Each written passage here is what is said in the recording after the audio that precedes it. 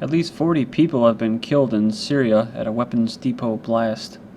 Says here, rocket attacks struck government-held districts in the central Syrian city of Homs on Thursday, setting off successive explosions in a weapons depot that killed at least 40 people and wounded dozens, says an opposition group and residents said. So that's coming from the terrorists themselves. The blast sent a massive ball of fire into the sky, causing widespread damage and panic among the residents, many of whom are supporters of Assad. Remember what I said here just in the last video, you have these quote opposition that aren't Syrians. They're from England and France and other places, including the United States, and they're occupying the countryside of Aleppo and other places inside Syria. One resident said the explosions were so strong they cracked the walls of some buildings. Thick smoke and dust could be seen from a distance as explosions shook the ground.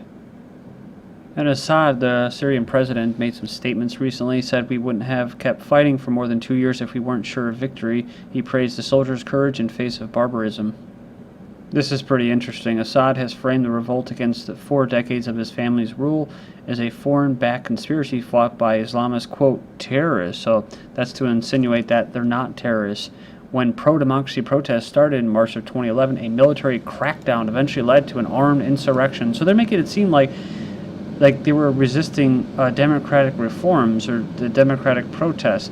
Well, no, the jihadists that assholes like this are funding, including Israel and the US and the UK, they sent terrorists in there to co-opt what was a peaceful pro-democracy protest and turned it into what it is now, which is not a civil war, it's an invasion by terrorists backed by democratic nations. And Assad was inspecting the army unit. He said, he who gets down to the field with our armed forces and shakes hands with their men is honored. Any citizen will be honored by shaking hands with any fighter of the Syrian Arab army. Being with you on this day, we feel that we are with each fighter in the Syrian Arab army in all places of the homeland squares. In a separate quote, he says here, you have shown rare courage in the battle against terrorism, and you have impressed the whole world with your resistance in one of the most brutal and ferocious wars in modern history. This was my website, ggnonline.com. The domain name now is ggnonline.net, so it's changed. I'm not really sure what happened to the domain. It kind of just vanished and went down a black hole. And when I tried to locate where it went, it had basically tracked it back to Google, saying that Google's now holding it and they're going to try to resell it. So somehow I built up ggnonline.com domain, and now I'm going to have to buy it back or bid for it from Google. There was pretty sly little stuff that they were doing. Like someone said, you should have expected that. And I have tried WordPress, but like I've mentioned before, I'm not very tech savvy, so that's why I did this in the beginning. And I had to go through it all a lot to get back to this, basically my website, ggnonline.net, instead of all the blogspot crap. You know, I had to put in CNAME codes and stuff, and I never had to do that before. I'm kind of unfamiliar. I'm sure other people had problems, but anyways, that's my website, so you can check it out. All right, report says U.S. sees Israel likely to attack Syria again. Unclear if U.S. will endorse a strike. Israel's July 5th attack on the Syrian coastal base of Latakia has yet to be openly acknowledged by the Israeli government, but was ousted by unknown sources within the Obama regime. According to new reports, the attack wasn't particularly successful and didn't destroy all the stuff that they were hoping to. This has led to the belief that Israel is likely to launch an additional attack. Remember what I said before about the Lebanese analyst who was assassinated after talking about these rare weapons that Syria had? And he said that the attack never happened, that Israel is claiming credit for it. So, Press TV account still inactive despite YouTube claims. So, says here that Press TV has been unable to access its YouTube account since July 25th, despite the video sharing site claims that the alternative TV channel's account has become reactivated. This is July 25th. That's right around when I was having issues. I might as well throw this in there. Major outage on several web hosting companies owned by Endurance International Group. A huge web hosting outage this morning on domains associated with Endurance International Group companies. The U.S. military has awarded contracts to Al-Qaeda in Afghanistan. I suppose it just wasn't enough that our allies, the rebels, as they put it, and Syria have significant Al-Qaeda elements to them. No, we are the USA, the best country ever, defender of human rights, city on a hill. We must do far more than that. So we did. The story below from Bloomberg highlights a 236-page report by the U.S. Army Suspension and Debarment Office, which shows that the military contracts have been granted to the Taliban and Al-Qaeda in Afghanistan. American officials who probably get a lot of money through lobbying by companies like Raytheon and Halliburton are citing due process rights as a reason not to cancel the agreements. I remember before I talked about Libya basically being a smuggling state, and that the CIA was actually there when they were in Benghazi. They were there actually smuggling the arms to the terrorists, which then went into Syria and Mali. Dozens of CIA operatives on the ground during Benghazi attacks. CNN has uncovered exclusive new information about what is allegedly happening at the CIA in the wake of the terror attack. 4 Americans, well, you all know about it, September 11th. So since January, some CIA operatives involved in the agency's missions in Libya have been subjected to frequent, even monthly polygraph examinations. Sources tell CNN dozens of people working for the agency were on the ground that night, and that the agency is going to great lengths to make sure whatever it was doing remains a secret. Libyan army colonel shot dead, says a security official. He was shot dead in the eastern town of Derna, while another was seriously wounded in a second attack in Benghazi. So it's getting pretty heated over there. And like I've mentioned before as well, security headaches dampen investor enthusiasm in Libya. This is from July 30th, 2013. So you never know who it is. You don't know if it's the terrorists that were basically came in from the northeast of Libya. They called them Libyans, and again, just like Syria, pro-democracy activists, when they were not Libyans. They were from somewhere else. They were terrorists. And of course, when all that happened, you had a jailbreak, right? A jailbreak, and all the Al-Qaeda that the Libyan government under Gaddafi had locked up were all of a sudden out. And so they were wreaking havoc, and that's why it didn't take too long to overthrow that country. But one of the main things, though, is that they had a lot of construction projects done through the government and subsidies and stuff like that. So you have this, Al-Hani General Construction Company, and it says here that these militants, they threatened 2 senior employees with a pistol, kidnapped one, before freeing him several hours later. They were armed and had handcuffs and shouted, "We are coming for the money." So it's just a real mess, right? You know, because they're gonna sit there and they're gonna scam them. One of the first things that they did, like I said it before in Iraq, was that in Libya they took control of the oil companies or the oil wells, and that's what democracy is. It separates the resources from the people. Threat closes U.S. embassies everywhere on Sunday. State Department says it's out of an abundance of caution. So they ordered embassies in the Middle East and elsewhere to close on Sunday in response to a terror threat. So this is a big false flag warning. Said the closings come out of an abundance of caution, but warned that they could stretch on for days depending on our analysis. So what the hell is this going on? It could be tied to Ramadan? No, I don't think so. So New York Times, they tell the New York Times an Al-Qaeda affiliate is at the root of the threat. So, they stop funding Al-Qaeda, right? 54% say it's scary, so it builds up the fear factor, which is good.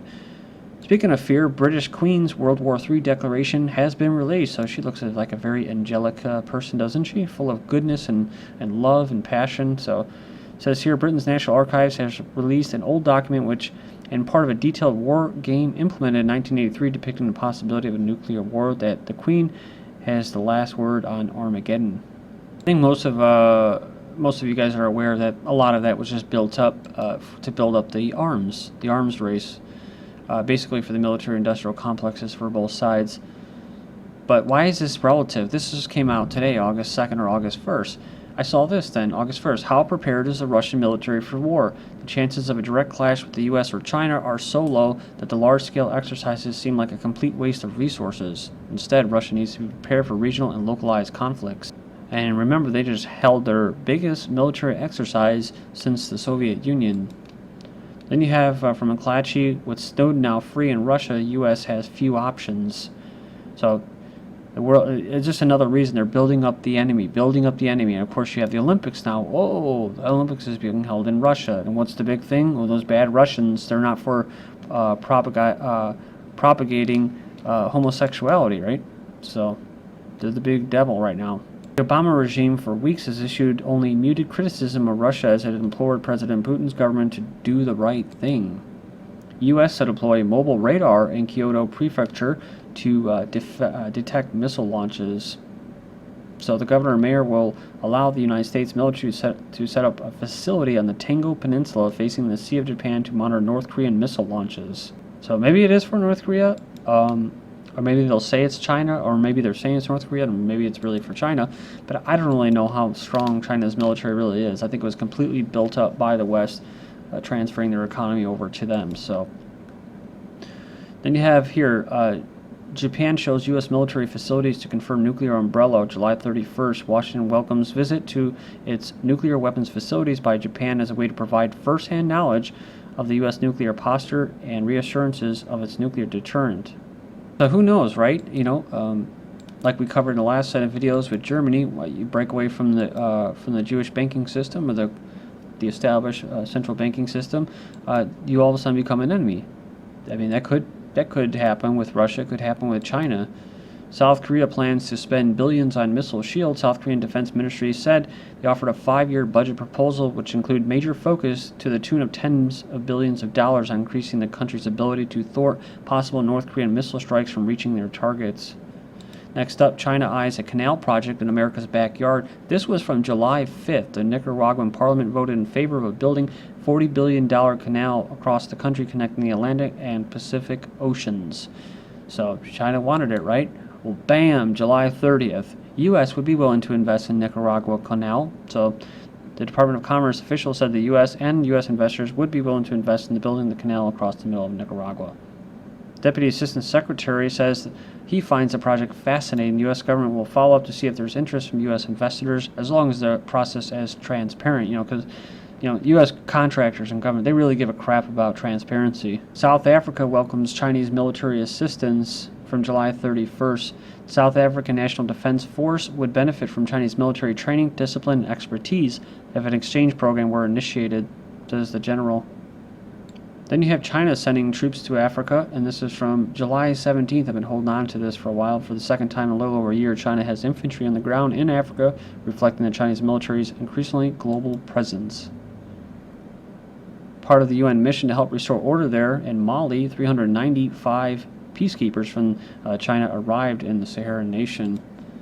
U.S. to go ahead with joint military exercises in Egypt. They still plan to hold major exercises called Bright Star in Egypt mid-September. And their little proxy army, the Egyptian army that works for globalists, they're holding it down right now, but they keep mowing down and taking on these Morsi supporters. It could get a little ugly. So maybe that's why they're going to be in town there. Tunisia forces launch major operation against terrorists. So Tunisia back in the news. The big news is what? It's near the Algerian border. This is all, Libya. You see how all this is destabilized. You're talking about the North African, basically economy. They're trying to unite that with the EU as well. Get that into its yoke. The Tunisian army has launched a large-scale military campaign against terrorists in the mountain region. Then you have Tunisia's ruling party said it won't remove prime minister. Remember, it kept talking about all these Islamic states moving to the left in these recent elections. So the head of the Tunisia's ruling Islamist party said they refused to remove the prime minister from his post, hardening its stance towards the secular opposition's demand that the government be dissolved. Tensions have been rising in the country since the assassination last week of a leftist politician, the second to be slain in 6 months.